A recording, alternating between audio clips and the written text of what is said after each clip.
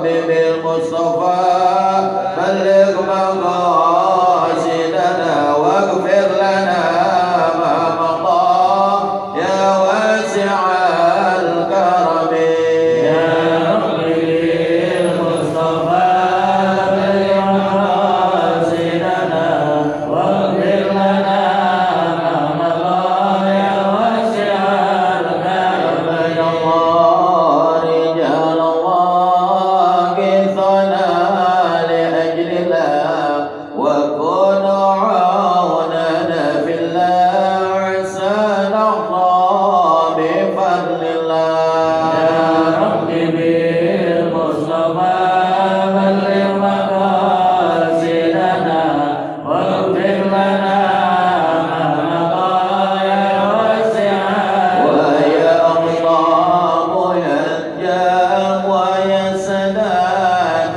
يا أحباب وأنتم يا أولي الألباب تعالوا وانصروا لله يا ربي بالمصطفى بلغ مقاصدنا واغفر لنا ما مضى يا واسع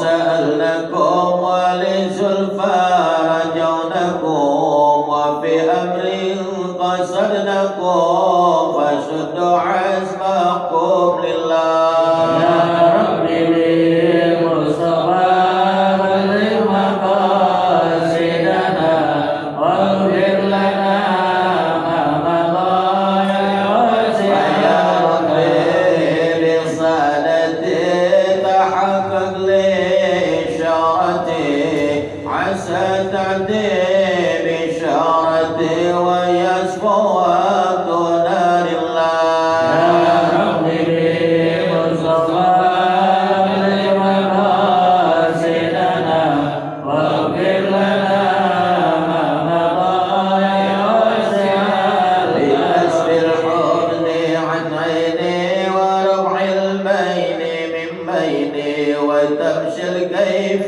والأين بنور الوجه يا الله يا ربي بالمصطفى بلغ مقاصدنا واغفر لنا ما مضى يا واسع الله مولانا على من بالهدى جنى ومن بالحق أولانا تشيب الخلق عند الله يا ربي بالمصطفى بلغ مقاصدنا واغفر لنا ما مضى يا واسع الكرم اللهم صل وسلم وبارك عليه وعلى آله. Assalamualaikum warahmatullahi wabarakatuh. Al-Mukarram al-Muhtaram yang sama-sama kita hormati guru kita Ustaz Ahmad Firdaus, juga ketua dari DKM Mushola Al-Badru Saudara Ahmad Yusuf, dan jamaah rutin setiap malam Senin di Mushola Al-Badru yang mudah-mudahan perkumpulan kita senantiasa diridhoi oleh Allah Subhanahu wa taala. Ilmu kita dijadikan ilmu yang bermanfaat. Amin ya rabbal alamin. Ala hadhihi niyyah wa li kulli niyatin salihah wa hadratin Nabi Muhammadin sallallahu alaihi wasallam bi sirril Fatihah.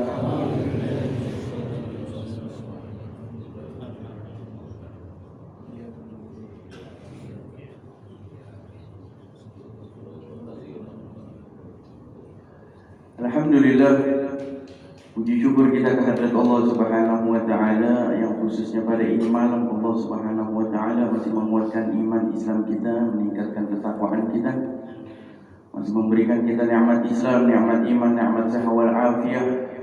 Duduknya kita di majelis ilmu warisan dari Nabi Muhammad sallallahu alaihi wasallam.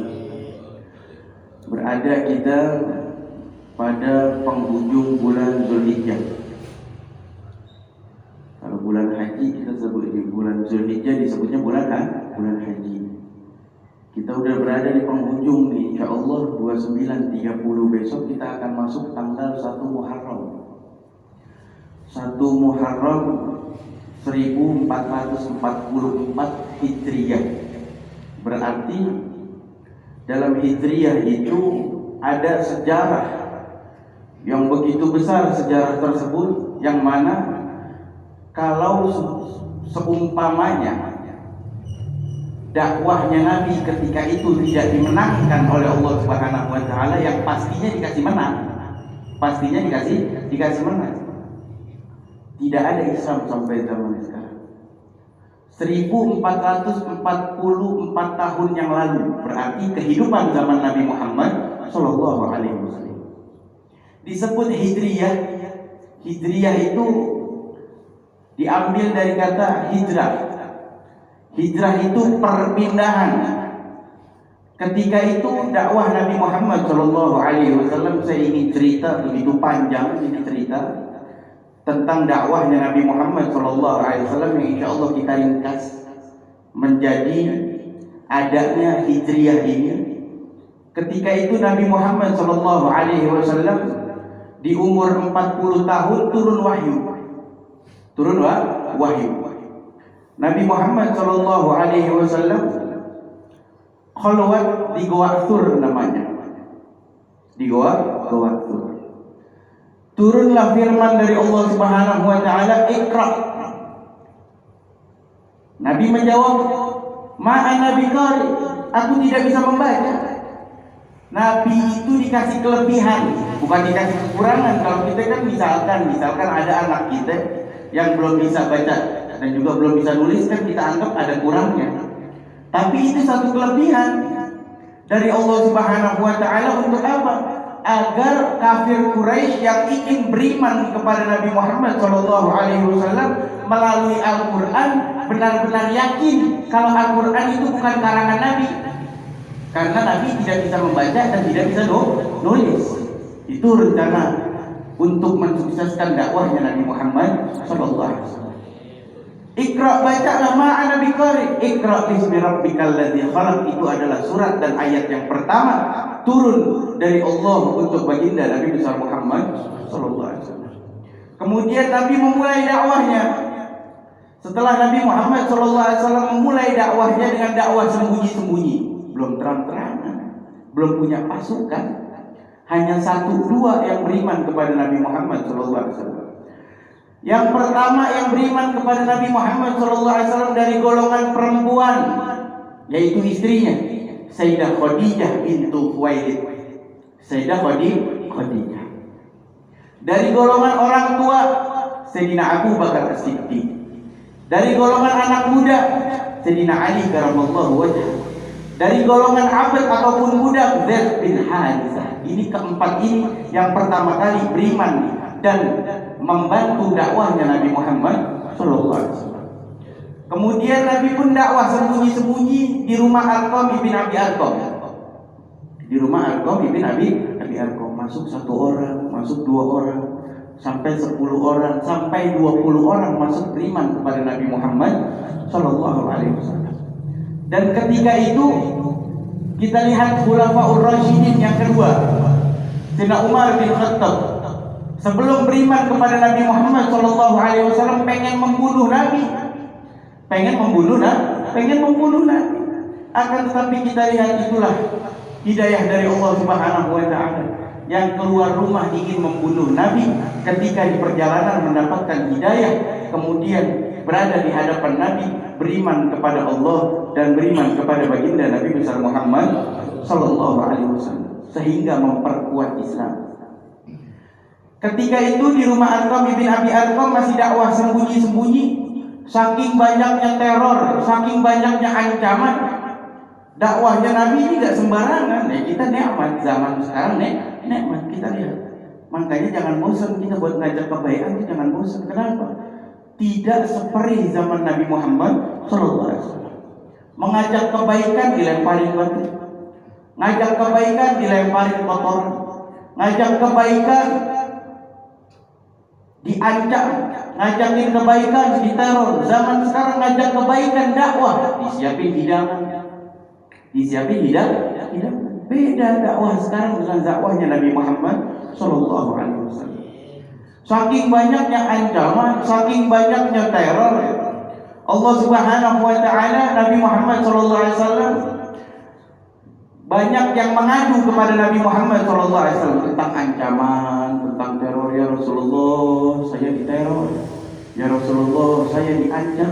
Ya Rasulullah, saya ingin dibunuh.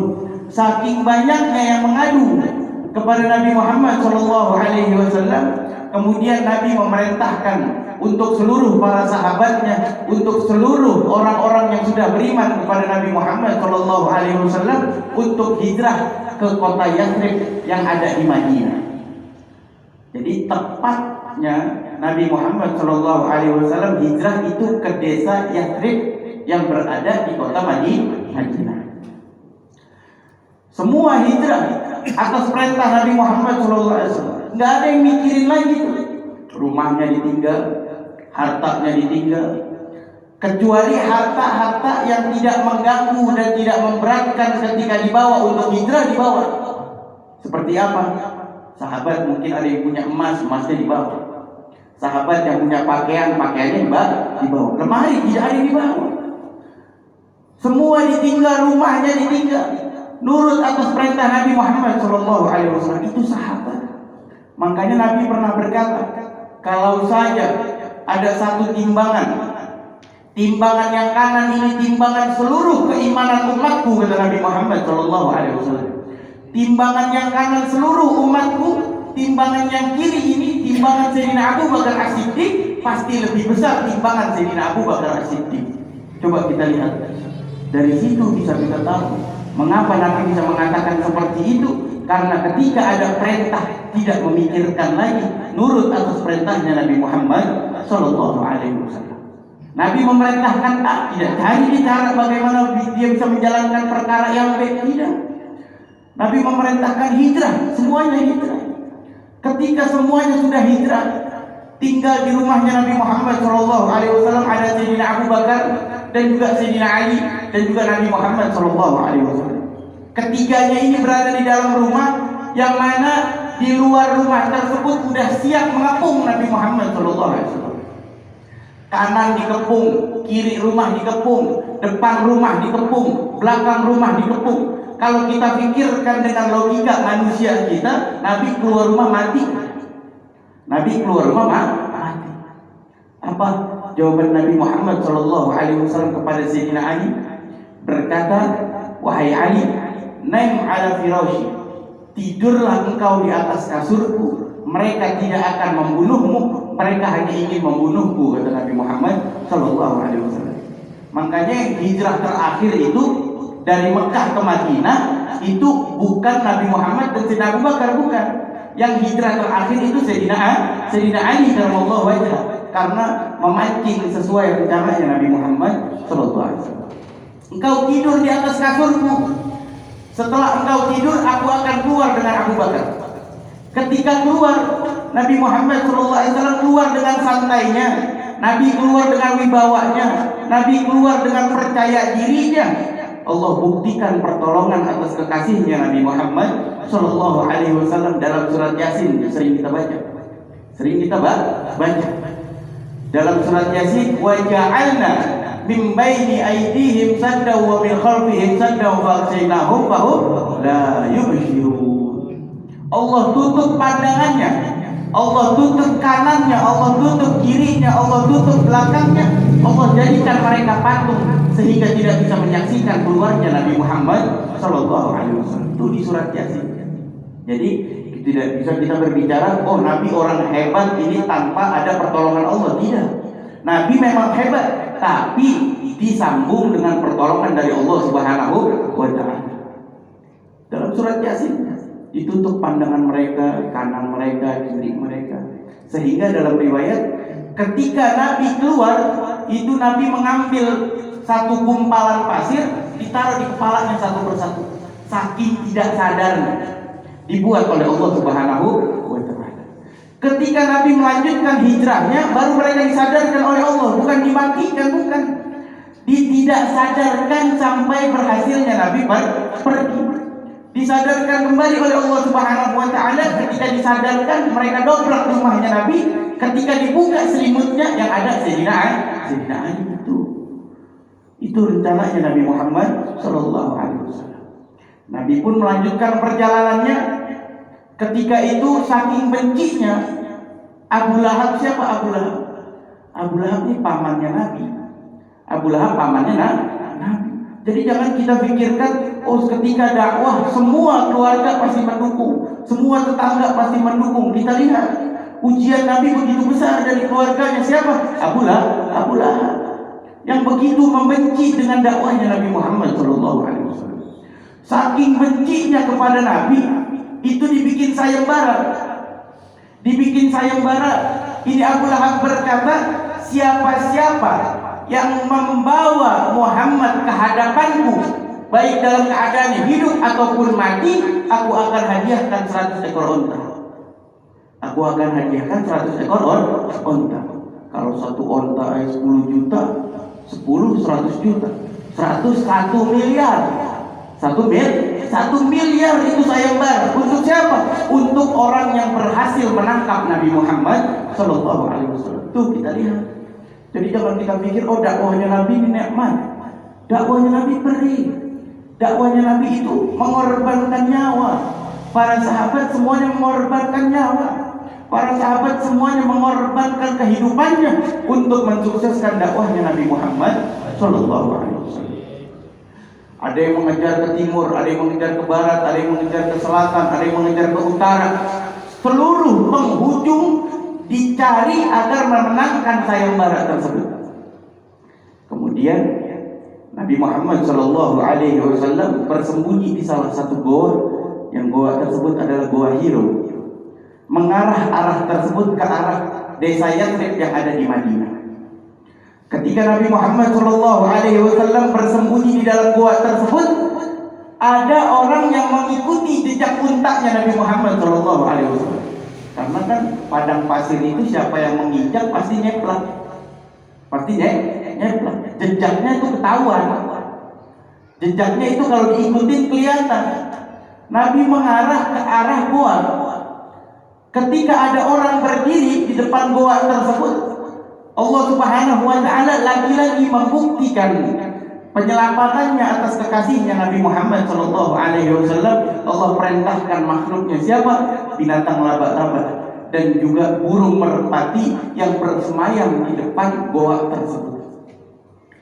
Sehingga mereka memikirkan nih, kalau memang ada orang yang masuk ke dalam goa ini, nih sarang laba-laba pasti hancur. Padahal kalau mereka melongok aja sedikit, menurunkan pundaknya untuk melihat ke dalam, pasti kelihatan kakinya Nabi Muhammad Shallallahu Alaihi Wasallam. Tapi subhanallah, penyelamatan dari Allah Subhanahu Wa Taala. Allah perintahkan binatangnya, Allah perintahkan makhluknya untuk membuat sarang di depan gua tersebut sehingga mereka tidak bisa melihat Nabi Muhammad Shallallahu Alaihi Wasallam. 3 hari Nabi bermalam di dalam gua tersebut. Nabi Muhammad Shallallahu Alaihi Wasallam lagi-lagi tidur di pangkuan Sayyidina Abu Bakar As-Siddiq. Ketika tidur di dalam pangkuan Sayyidina Abu Bakar As-Siddiq, ada 1 ekor ular yang keluar dari dalam gua tersebut. 1 ekor ular yang keluar dari dalam gua tersebut, dari lubang keluar ular. Sayyidina Abu Bakar ini tidak ingin mengganggu tidur nyenyaknya Nabi Muhammad Shallallahu Alaihi Wasallam. Kalau kita kan saking sayangnya sama bini, saking sayangnya sama bini tidur di pangkuan kita. Tahu ada tikus kabur. Lain dengan Sayyidina Abu Bakar, coba kita lihat. Ketika ada ular ingin keluar dari lubang tersebut, ditutup dengan jempol kakinya. Jempol kakinya. Sampai jempol kakinya digigit oleh ular tersebut sehingga menangis Sayyidina Abu Bakar, dan air matanya meneteskan ke wajahnya Nabi Muhammad Shallallahu Alaihi Wasallam. Terbangunlah Nabi. Ketika Nabi terbangun, Nabi berkata, ya Abu Bakar, ada apa wahai Abu Bakar? Jangan menangis. Innallaha ma'ana. Allah bersama kita. Tidak ya Rasulullah, aku bukan karena takut dengan kejaran orang kafir Quraisy, akan tetapi ketahuilah tadi ada satu ekor ular yang ingin keluar dari lubang tersebut dan aku halangi dengan jempolku sehingga kakiku digigit oleh ular tersebut. Apa jawaban Nabi Muhammad SAW? Ketahuilah wahai Abu Bakar, ular tersebut demi Allah keluar bukan untuk menyakiti kita berdua. Ular tersebut keluar karena ada kesempatan untuk memandang Nabi Muhammad SAW. Tuh, jadi itu ular keluar dari gua tersebut karena ada kesempatan untuk memandang kekasihnya Allah, yaitu baginda Nabi besar Muhammad Sallallahu Alaihi Wasallam. Tuh kita lihat perjuangannya. Dan kemudian Nabi Muhammad Sallallahu Alaihi Wasallam melanjutkan hijrahnya menggunakan unta yang berwarna putih. Jadi jangan kita pikirkan ada kiai, ada ustaz, ada habaib yang sekiranya itu menggunakan fasilitas dunia yang mewah. Jangan kita anggap itu ustaz pikirannya dunia, itu habib pikirannya dunia, itu kiai pikirannya dunia, menggunakan mobil yang mewah. Kita lihat Nabi Muhammad SAW pada zaman Nabi, kendaraan paling mewah itu adalah unta yang berwarna putih. Kendaraan paling mahal adalah unta yang berwarna putih, dan itu dimiliki oleh Nabi Muhammad SAW untuk menjaga kewibawaan Islam, haibatul Islam, sehingga Islam itu menjadi terhormat sebagaimana yang diajarkan oleh Nabi Muhammad SAW. Itu seperti itu. Nabi menggunakan unta yang berwarna putih, Sayyidina Abu Bakar menggunakan unta yang berwarna coklat, melanjutkan perjalanannya. Sesampainya di Madinah disambut oleh dua kelompok. Kelompok yang pertama yaitu kaum Ansor. Kaum Ansor ini sahabat Nabi yang asli kota Madinah, dan juga disambut oleh kelompok yang satunya sahabat Nabi yang bernama Muhajirin, sahabat Nabi yang asli kota Makkah hijrah ke Madinah. Disambut dengan Tala al-badru alaina min thaniyatil wada. Itu udah ada sambutan dari zaman Nabi Muhammad sallallahu alaihi wasallam. Qasidah tersebut, syair tersebut itu sudah ada dari zaman Nabi. Jadi kita lihat perjuangan para sahabat Nabi Muhammad sallallahu alaihi wasallam. Ada yang mendukung dakwahnya Nabi dengan otaknya, ada yang mendukung dakwahnya Nabi dengan hartanya. Siapa? Sayyidina Abu Bakar Siddiq. Juga istrinya Sayyidah Khadijah, yang tadinya menjadi perempuan paling kaya ketika menikah dengan Nabi Muhammad SAW, sampai meninggal menjadi perempuan yang tidak memiliki harta karena hartanya habis untuk dakwahnya Nabi Muhammad SAW. Ketika itu lahirlah Sayyidah Fatimah, putri terakhir Nabi Muhammad SAW, disusui oleh Sayyidah Khadijah. Ketika disusui oleh Sayyidah Khadijah, Nabi masuk ke ruangan yang mana ruangan tersebut Sayyidah Khadijah sedang menyusui Sayyidah Fatimah. Bibir dari Sayyidah Fatimah ini terlihat banyak darahnya. Kemudian Nabi berkata, "Wahai istriku, ya Khadijah, mengapa kok yang keluar ini darah? Bukan air susu." Kemudian Sayyidah Khadijah berkata, "Ya Rasulullah, wahai suamiku, ketahuilah, karena 3 hari 3 malam perutku belum kemasukan makanan." Kita lihat ini istri Nabi Muhammad SAW. Lebih mulia dari istri raja, lebih mulia dari istri presiden, lebih mulia dari istri siapapun. Ini adalah istrinya Nabi Muhammad SAW. 3 hari 3 malam tidak makan. Karena orang yang menyusui harus perutnya masuk makanan, walaupun air putih. Kemudian Nabi Muhammad SAW pun berkata, "Wahai istriku, sudah capekkah engkau menjadi istriku? Kalau engkau sudah capek, aku bebaskan engkau. Kalau engkau sudah capek menjadi istriku, yang tadinya engkau kaya sekarang menjadi miskin, yang tadinya engkau punya harta sampai sedikit pun engkau tidak memiliki harta, apakah engkau sudah capek menjadi istriku?" Apa jawaban Sayyidah Khadijah? "Wahai suamiku, ya Rasulullah, demi Allah, bila mana ada satu waktu aku sudah meninggal dan engkau berdakwah, dan dakwahnya engkau ini menyeberangi sungai, dan engkau tidak mendapatkan kayu, engkau tidak mendapatkan kayu untuk engkau jadikan perahu menyeberangi sungai tersebut, demi Allah, aku redha.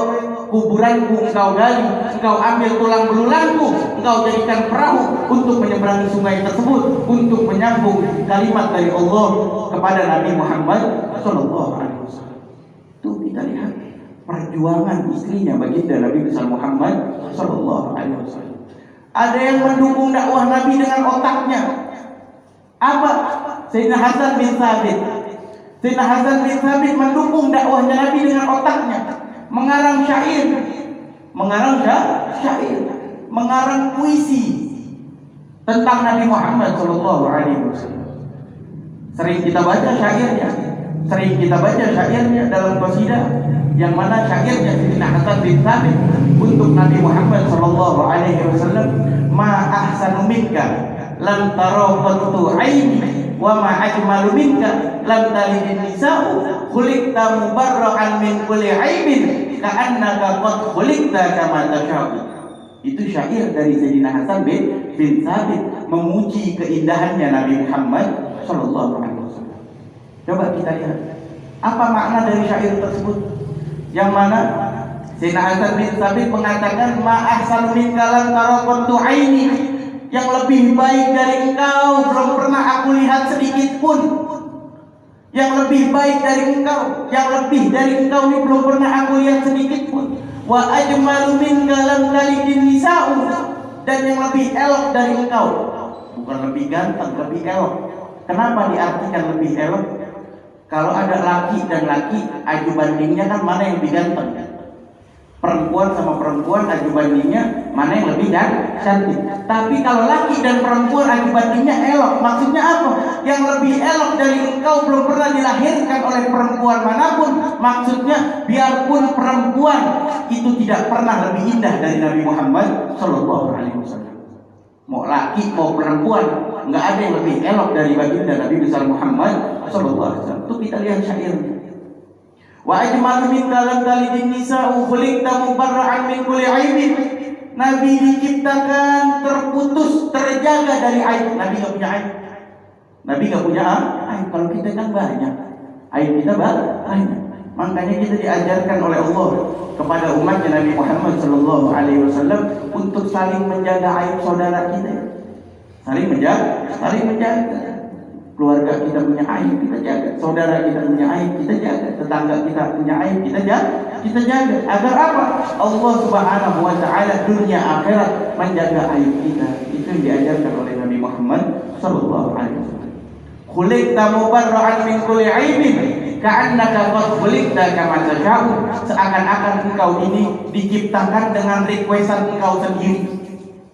Kalau kita kan misalkan punya anak, dikasih kesempatan buat pilih mau anak yang kayak gimana, pasti kita pilih mau anak yang ganteng, yang putih, yang mancung, yang matanya belok. Pasti kan kita memilih yang begitu. Itu udah ada di dalam dirinya Nabi Muhammad tanpa diminta, tapi seakan-akan terciptanya Nabi Muhammad dengan keinginan dari Nabi Muhammad sendiri. Tuh, saking mulianya Nabi. Jadi ketika kita ingin masuk bulan Muharram, kita wajib mengenang tentang perjuangannya para sahabat dan juga perjuangannya baginda Nabi besar Muhammad sallallahu alaihi wasallam. Jadi kita pikirkan kita bergembira nanti ketika tahun baru Masehi kita gembira masuk bulan Muharram, tidak. Jangan seperti itu. Kita ini umat Islam yang tahun barunya itu Muharram. Dan sebentar lagi insya Allah kita akan memasuki bulan Muharram tersebut, yang mana banyak amaliyah, banyak kemuliaan yang Allah siapkan untuk bulan Muharram tersebut atas umatnya Nabi Muhammad sallallahu alaihi wasallam. Mudah-mudahan kita dipanjangkan umur dalam keadaan sehat wal afiat, dibersihkan keimanan kita, dibersihkan hati kita, ditingkatkan ketakwaan kita, dipanjangkan umur dalam keadaan sehat wal afiat, dikuatkan iman Islam kita, ditingkatkan ketakwaan kita.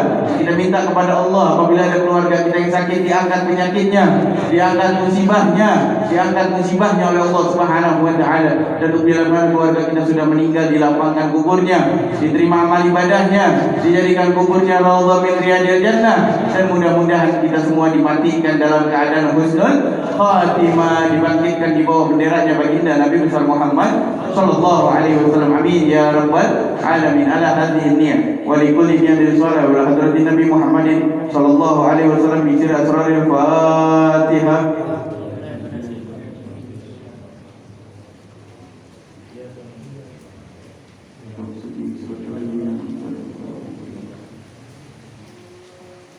Hadirin yang dirahmati Allah Subhanahu wa taala, saya juga minta Fatihah buat istri saya yang insyaallah akhir bulan ini akan melahirkan anak yang keempat. Minta doanya mudah-mudahan salamah wal afiyah, keduanya diberikan keselamatan oleh Allah Subhanahu wa taala. Amin ya rabbal alamin. Ala hadhihi niyyah wa li kulli niyatin shalihah bi salamah wal afiyah wa hadratin Nabi Muhammadin sallallahu alaihi wasallam fi surah Al-Fatihah. A'udzubillahi minasyaitonir rajim. Bismillahirrahmanirrahim. Bismillahirrahmanirrahim. Maliki yaumiddin. Iyyaka na'budu wa iyyaka nasta'in. Ihdinas mustaqim. Shiratal ladzina an'amta 'alaihim. Qala Rasulullah sallallahu alaihi wasallam afdhalul mabuduna wa nabiyuna min qabli la ilaha illallah.